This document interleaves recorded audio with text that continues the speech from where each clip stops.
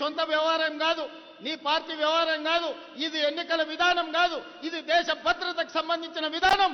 దేశ భద్రత విషయంలో యుద్ధం చేయాల్సిన సమయంలో యుద్ధం విరమించడం ద్వారా 140 కోట్ల భారతీయుల యొక్క ఆత్మ గౌరవాన్ని ట్రంప్ దగ్గర తాకట్టు పెట్టొచ్చి ఇవాళ గొప్పల కోసం ఉపన్యాసాలు బీజేపీ వాళ్ళు ఇస్తున్నారు తప్ప ఈ దేశ భద్రత పట్ల వాళ్ళకు పట్టింపు లేదు.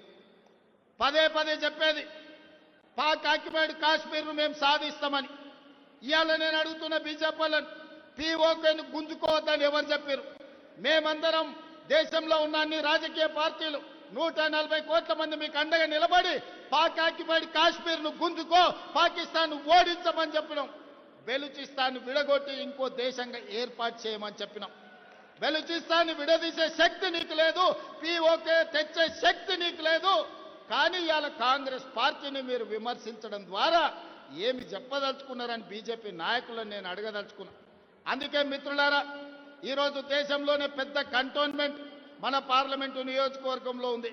సికింద్రాబాద్ కంటోన్మెంట్ అంటే ఈ దేశ భద్రతకు గుండెకాయ.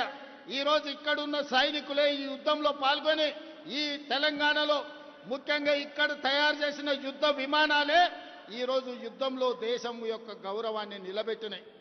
మోడీ గారు తెచ్చిన రాఫెల్ యుద్ధ విమానాలు మన పాకిస్తాన్ కూల్చింది. ఎన్ని కూల్చిందో రాఫెల్ గురించి చెప్పమంటే ఈరోజు చర్చ లేదు. ఈరోజు మన దేశం కాదని ఇతర దేశాల నుంచి రాఫెల్ యుద్ధ విమానాలను కొనుగోలు చేసిన మోడీ గారు మీరు జవాబు చెప్పండి. మన పాకిస్తాన్తో జరిగిన యుద్ధంలో ఎన్ని రాఫెల్ యుద్ధ విమానాలు పాకిస్తాన్ నేలగూల్చిందో మీరు లెక్క చెప్పండి. గొప్పల కోసం వేల కోట్ల రూపాయల కాంట్రాక్టులు మీకు కావాల్సిన వాళ్ళకి ఇచ్చి ఇవాళ రాఫెల్ యుద్ధ విమానాలు కొన్నారు. అవి ఎందుకు నేలగూలినాయో ఇవాళ ప్రజలకు సమాధానం చెప్పాలి. అందుకే మిత్రులారా, ఇవాళ ఈ ర్యాలీ ఎన్నికల కోసం కాదు, ఈ ర్యాలీ ఓట్ల కోసం కాదు, ఈ ర్యాలీ కాంగ్రెస్ పార్టీ కోసం కాదు. ఈ ర్యాలీ వేలాది మంది తరలి వచ్చింది ఈ దేశ సైనికుల యొక్క స్థైర్యాన్ని నిలబెట్టడానికి, ఆత్మ గౌరవాన్ని పెంపొందించడానికి. మన యుద్ధంలో పాల్గొన్న సైనికులు మా వాళ్ళు, మా ఆత్మ గౌరవం సైనికులకు మేము అండగా నిలబడ్డామని ఇవాళ మల్కాజ్గిరి పార్లమెంటు ప్రాంతంలో వేలాది మంది కదం దొక్కింది. సైనికులకు అండగా నిలబడడానికి యుద్ధాన్ని విరమించడం ద్వారా సైనికుల ఆత్మ గౌరవాన్ని, ఆత్మ స్థైర్యాన్ని బీజేపీ దెబ్బతీస్తే ఆ సైనికులకు అండగా నిలబడడానికి ఇవాళ వేలాదిగా మనము ఈ రోజు బయటకు వచ్చి సైనికులకు అండగా నిలబడ్డాం.